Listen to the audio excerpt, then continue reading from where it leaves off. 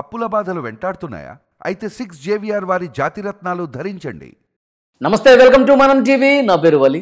నాతో పాటు స్టూడియోలో ఉన్నారు ప్రముఖ రాజకీయ విశ్లేషకులు అంకంరావు గారు. వారితో మాట్లాడదాం. అంకంరావు గారు నమస్కారం సార్. నమస్తే మౌలి. అంకంరావు గారు, తెలుగుదేశం పార్టీ కేంద్ర కార్యాలయం అలాగే చంద్రబాబు నాయుడు గారి నివాసం మీద దాడి ఘటనకు సంబంధించి ఆల్రెడీ వీళ్ళు ఎవరైతే నిందితులుగా ఉన్నారో దేవినేని అవినాష్ కావచ్చు, తలసాని రఘురాము, జోగి రమేష్ వీళ్ళందరూ సుప్రీంకోర్టుకి వెళ్ళి ముందస్తు బెయిల్ తెచ్చుకున్నారు. అయితే విచారణకు హాజరు కావాలని కూడా స్పష్టంగా చెప్పారు. సో నోటీసులు కూడా పోలీసులు ఇచ్చారు. వాళ్ళ మంగళగిరి పిఎస్లో వాళ్ళు విచారణకు హాజరవుతారా లేదా అనేది చూడాల్సిన అవసరం ఉంది. ఇప్పటికైతే అన్ని సమాచారం ప్రకారం ఇవాళ ఎట్టి పరిస్థితుల్లో విచారణకు రాబోతున్నారని. ఎట్లా జరిగే అవకాశం కనిపిస్తుంది ఈ వ్యవహారం?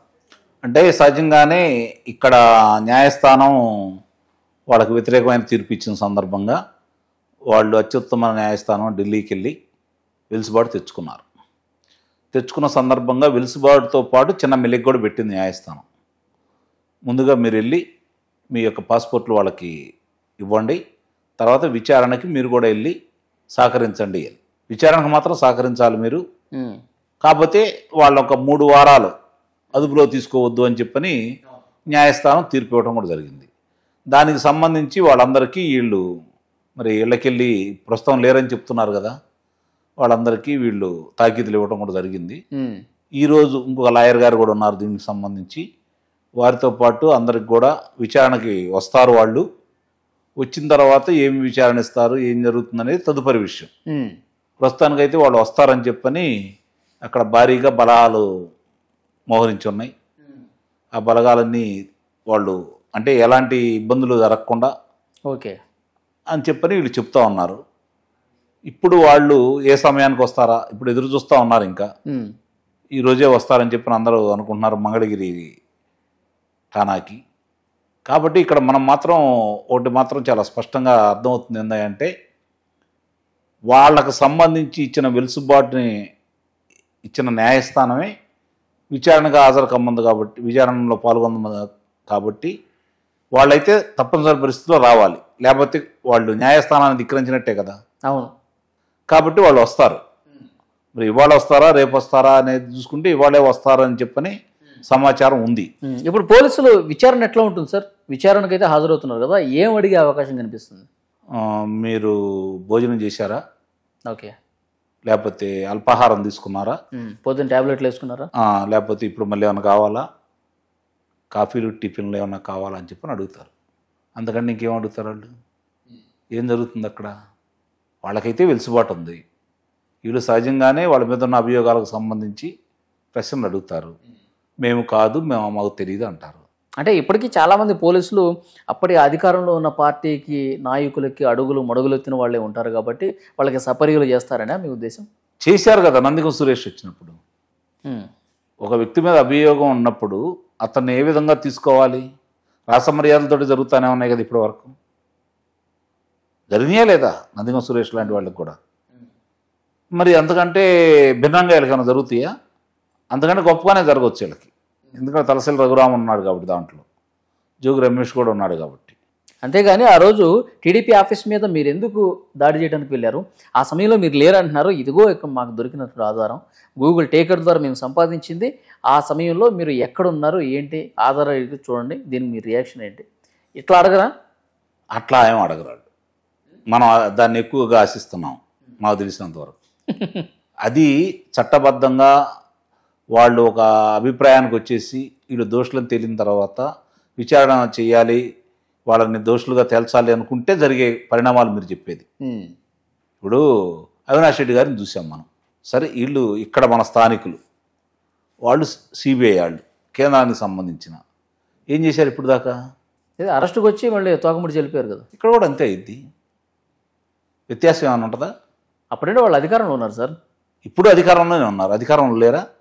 నిన్న చూశారు కదా వార్తల్లో, ఇంకా జగన్మోహన్ రెడ్డి గారి బొమ్మ 10 అడుగులో వస్తూ ఉంది. ఎవరు అధికారంలో ఉన్నట్టు? ఎవరు అధికారంలో ఉన్నట్టు? ఎన్ని రోజులు అవుతుంది అధికార మార్పిడి జరిగి? జూన్ 4న ఫలితాలు వచ్చినాయి. జూన్ 12న మీరు ప్రమాణ స్వీకారం జరిగింది మీ కూటమి ప్రభుత్వం. మరి ఈరోజు సెప్టెంబర్ 14, 3 నెలలు అయిందిగా. మరి ఇంకా 3 నెలల్లో అతని బొమ్మ అదే విధంగా రావటం అంటే 10 అడుగుల్లో ఏం జరుగుతుంది? ఇది నేను అడుగుతుంది. అందుకే నాకు నమ్మకం లేదంటున్నాను. ఈరోజు కళ్ళ ముందు కనపడ్డాయి. దాడులు విచక్షణారహితంగా చేశారు. చివరికి జగన్మోహన్ రెడ్డి గారు కూడా దీనికి సంబంధించి ధృవీకరించాడు కదా. అంతకుముందే మేము వెళ్ళలేదన్నారు వీళ్ళు, మా వాళ్ళు వెళ్ళారు, ధర్నా చేయడానికి వెళ్ళారు, ఘర్షణ జరిగింది, ఇదే కదా ఆయన చెప్పింది. అంటే వెళ్ళారని ఒప్పుకున్నాడు కదా ఆయనే. అవును, ఇందుట్లో అనుమానం అయితే ఏం లేదు కదా. దానికి సంబంధించిన వాళ్ళు సీసీ కెమెరాల్లో ఎవరెవరు ఉన్నారో స్పష్టంగా అర్థమైపోతా ఉంది కదా. మీరు అన్నట్టు గూగుల్ టేక్అవుట్ ద్వారా ఎవరెవరు ఏం మాట్లాడుకున్నారో తేల్చారని చెబుతున్నారు కదా. అట్లాగే ఒక పత్రికా విలేకరులు ఇద్దరు, పత్రికల్లో పనిచేసే వాళ్ళు, మంచి స్థాయిలో ఉన్న వాళ్ళిద్దరు పర్యవేక్షణలో జరిగిందని చెప్పని పొందుపరిచారు కదా. ఇవన్నీ కనుక అడుగుతూ ఉంటే ఇవన్నీ ఉండవు కాబట్టే కదా ఇక్కడ రాష్ట్ర న్యాయస్థానం వాళ్ళు అనుకూలంగా తీర్పు ఇవ్వకపోతే సుప్రీం న్యాయస్థానానికి ఏం కనబడ్డాయి వాళ్ళకు వెలుసుబాటు ఇవ్వడానికి. ఇది అందరి మధ్యలో ఉన్నటువంటి ప్రశ్న. ఓకే, మరి అలాంటి అవకాశం ఇచ్చిన తర్వాత వాళ్ళు ఎందుకు మాట అంటారు? ఆ తర్వాత కదా, ఈ 3 వారాల తర్వాత అప్పుడు పరిస్థితి, అప్పుడు న్యాయస్థానం ఏం తీర్పిస్తుందా దాన్ని బట్టి వాళ్ళ యొక్క ఆచరణ ఉంటుంది.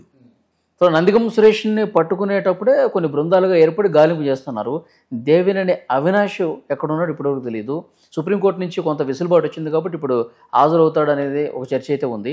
ఇప్పుడు ఒకవేళ సుప్రీంకోర్టు ఆదేశాలను కూడా లెక్క చేయకుండా ఈ విచారణకు హాజరు కాకుండా ఉంటే ఏంటి యాక్షన్? ఈ 3 వారాలు వెసులుబాటు పోద్దా?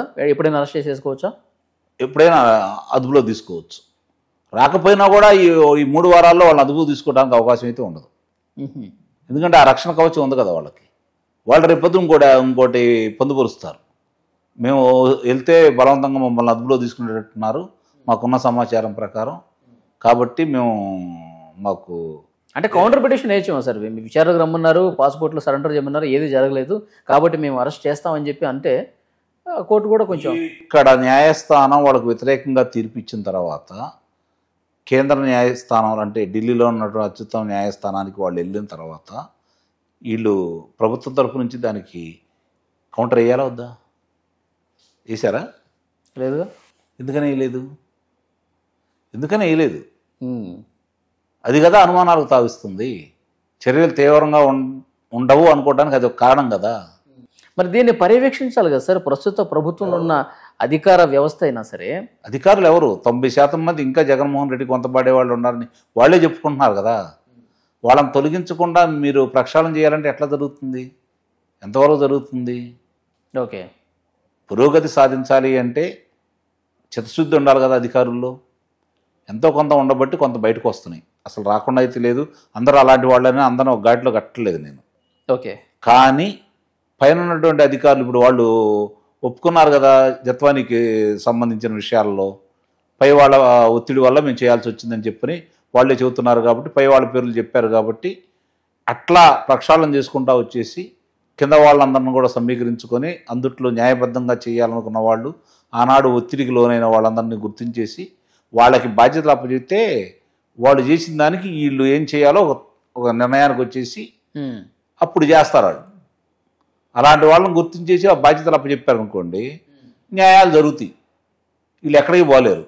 ఎంతో దూరం ఇదే చంద్రబాబు నాయుడు గారి ప్రభుత్వం ఉన్నప్పుడు 2014 నుంచి 2019 వరకు ఎర్రచందనం స్మగ్లర్ గంగిరెడ్డి గురించి తెలుసు కదా.